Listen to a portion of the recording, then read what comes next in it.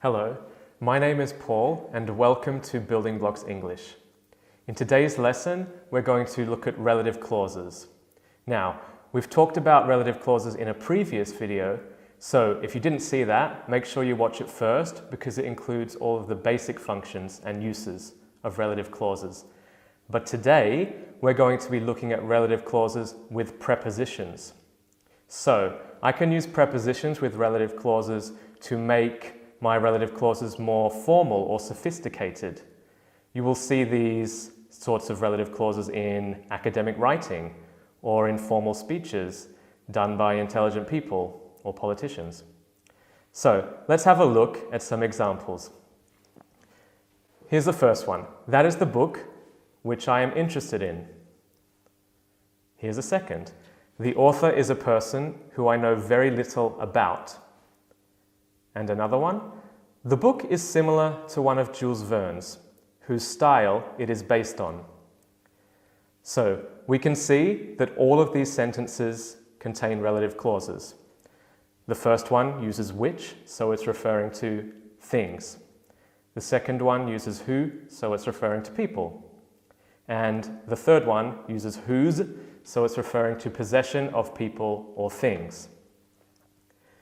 However, notice that all of the sentences end with a preposition. That is the book which I am interested in.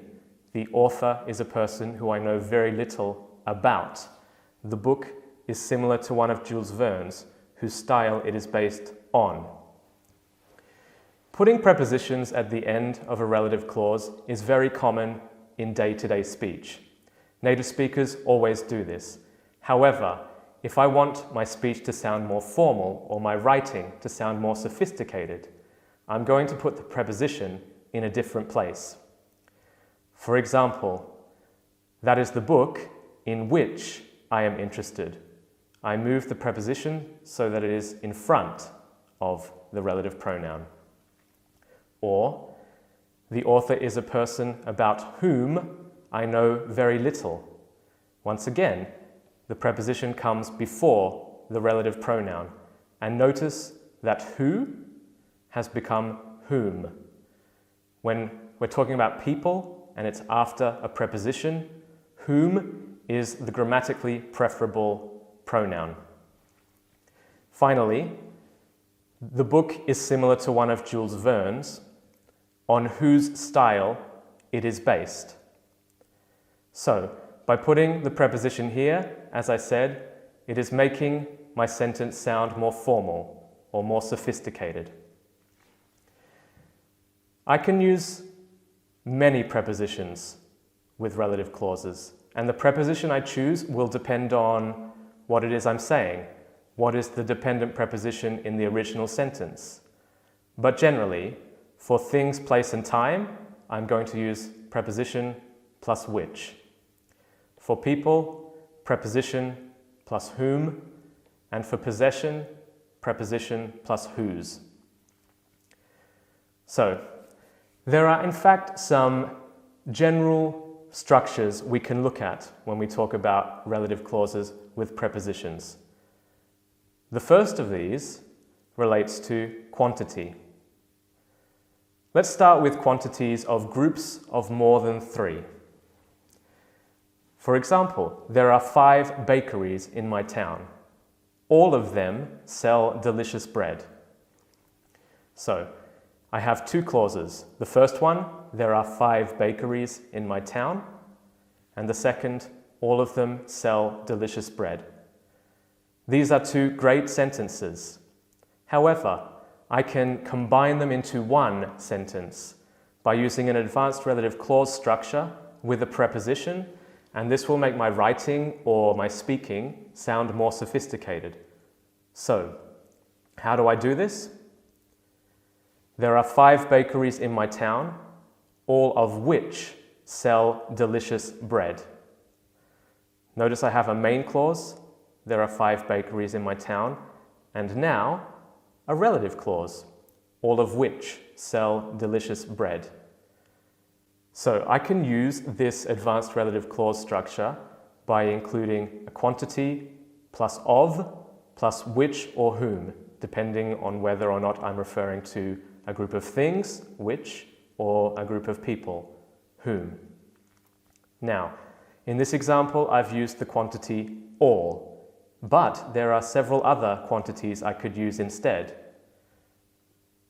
For example, I use all when I refer to 100% of the group. I use none when I'm referring to 0% of the group. There are 5 bakeries in my town, none of which sell delicious bread. This means that I don't like the bread in any of the bakeries. I can use general numbers, 1, 2, 73, 300. I can use fractions, a quarter, half, 2/3. I can use quantifiers, some, many, most, several, or I can use percentages, 30%, 60%, 90%, and so on. So remember, the quantity word we use can change depending on how much of the quantity we are referring to. Now, what if it's not a group of 3? What if it's a group of 2? This changes the type of quantity word I will use. Here is an example. There are 2 greengrocers in the town. Both of them sell fresh fruit. Once again, I have 2 clauses. The first one, there are 2 greengrocers in the town, and the second, both of them sell fresh fruit. Once again, these are perfectly acceptable sentences, but they can be combined into one by using an advanced relative clause to make us sound more formal. For example, there are 2 greengrocers in my town, both of which sell fresh fruit. Once again, I have a main clause. There are 2 greengrocers in my town, and a relative clause, both of which sell fresh fruit. Once again, I am using a quantity word plus of plus which for things or whom for people. As with groups of 3, the quantity word we use can change for groups of 2. However, there are far less options. So for both, I'm using both to refer to 100% of the group, all 2 of them. If it's only 50%, I will use the word one. There are 2 greengrocers in my town, one of which sells fresh fruit. And if it's 0%, I use neither. There are 2 greengrocers in my town, neither of which sell fresh fruit.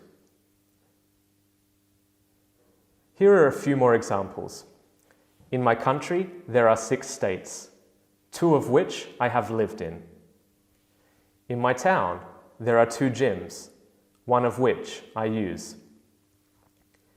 In my family, there are 4 people, 75% of whom are accountants. I have 2 parents, neither of whom teach English. Okay, so that's quantity, but we can use relative clauses with prepositions to talk about other things. For example, result. First, let's look at past result. So, I had always loved language, so I became an English teacher.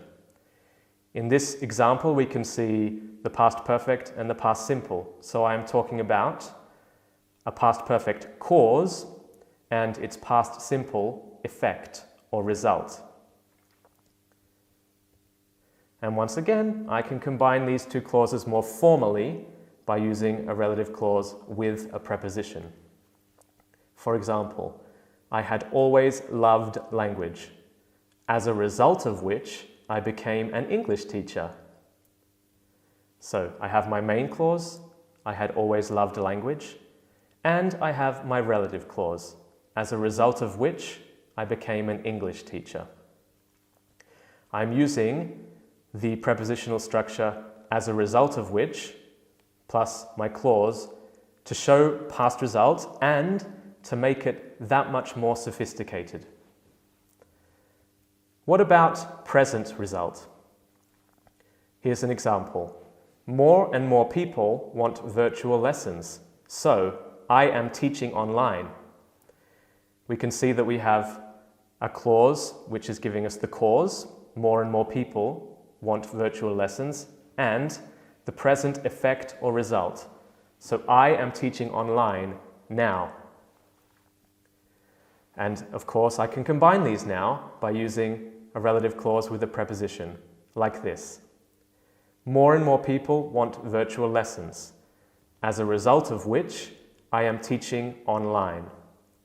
So my main clause, more and more people want virtual lessons, and my relative clause, as a result of which I am teaching online, using as a result of which and the clause to show the present result. Finally, let's talk about future result. So, I may receive a job offer in another country, so I will move overseas. I have my clause showing the cause, I may receive a job offer in another country, and I have the clause showing its future result. I will move overseas. Let's combine these like this. I may receive a job offer in another country, in which case I will move overseas. So my main clause, I may receive a job offer in another country, and my relative clause, in which case I will move overseas. But notice that this time, in referring to the future result, I'm using a different prepositional structure, in which case plus the clause. It's really important to remember this.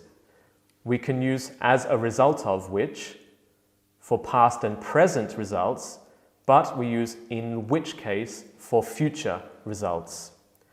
I have always loved language, past, as a result of which I became an English teacher, past result. More and more people want virtual lessons, present, as a result of which I am teaching online, present result. And I may receive a job offer in another country, future, in which case I will move overseas, future result. Finally, we can use relative clauses with prepositions to refer to time. The first of these is to express a connection between a completed past action which affects the present.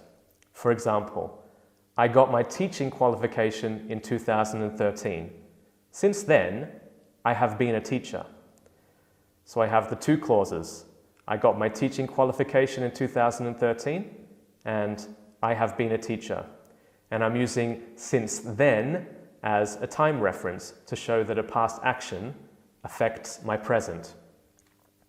I can combine these into one, of course, by using a relative clause with a preposition. And in this case, it'll look like this. I got my teaching qualification in 2013, since when I have been a teacher. So I'm using my main clause, I got my teaching qualification in 2013, and my relative clause, since when I have been a teacher, which suggests that if this is now, then that is 2013, when I got my teaching qualification. And between now and then, I have been a teacher. Since when I have been a teacher. So, when I use this structure, it's really important that I use past simple in my main clause. I got my teaching qualification in 2013. And present perfect in my relative clause, since when I have been a teacher. This makes a lot of sense because we commonly use since with the present perfect. And if you would like to review the present perfect, please refer to our other videos on the present perfect. Another way I can use time is to show a sequence of events. For example, I worked overseas until 2018. Then I returned to Australia. So I have my two clauses. I worked overseas until 2018, and I returned to Australia. And I'm using then to show that it is a sequence. One action came first, then the other action. I can combine these into a relative clause like this. I worked overseas until 2018, at which point I returned to Australia.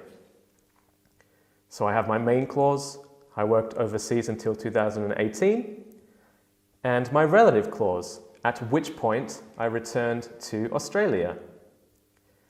So on a timeline, if this is now, then I worked overseas in the past. Then after that, but also in the past, I returned in 2018. So, in order to show a sequence of events, my main clause typically uses the past simple, I worked overseas, and my relative clause should also use the past simple, at which point I returned to Australia. In narrative tenses, we use the past simple to show sequence of events. If you would like to review past tenses or narrative tenses, please refer to the video about that. Of course, I don't just have to use the past simple to show my sequence of events. I could refer to a sequence of events in the future. For example, I will stay in Australia until 2028, at which point I will move overseas again. So in this case, I am using will to show that it's a decision I've just made now, but I could also use be going to express that it's a future sequence of events. And if you would like to review the future tenses, please see our other video about future tenses. Finally, I can express a connection of time between a completed past or future action and a past perfect or future perfect action. For example, I will retire when I'm 70. I will have taught a lot of grammar by then. So I have the two clauses, I will retire when I'm 70 and I will have taught a lot of grammar. And I'm using by then as my time reference. I can combine these into a relative clause like this. I will retire when I'm 70, by which time I will have taught a lot of grammar. So I have my main clause, I will retire when I'm 70, and my relative clause, by which time I will have taught a lot of grammar. On a timeline, if this is now, I will retire at 70 in the future. Also in the future, but before this point, I will have taught a lot of grammar. So when I'm 70, when I retire, by that time I will have taught a lot of grammar. So when I use this time construction, my main clause needs to use a completed past or future action with the past simple or future simple. I will retire when I'm 70. And my relative clause needs to use a past perfect or a future perfect action, by which time I will have taught a lot of grammar. So, in this video we've looked at some structures in which we use relative clauses and prepositions to make ourselves sound more formal or sophisticated, both in speaking and in writing. If you'd like more information about this topic, please follow the link in the video description below. Otherwise, make sure you like, tell all your friends, and I'll see you next time. Bye.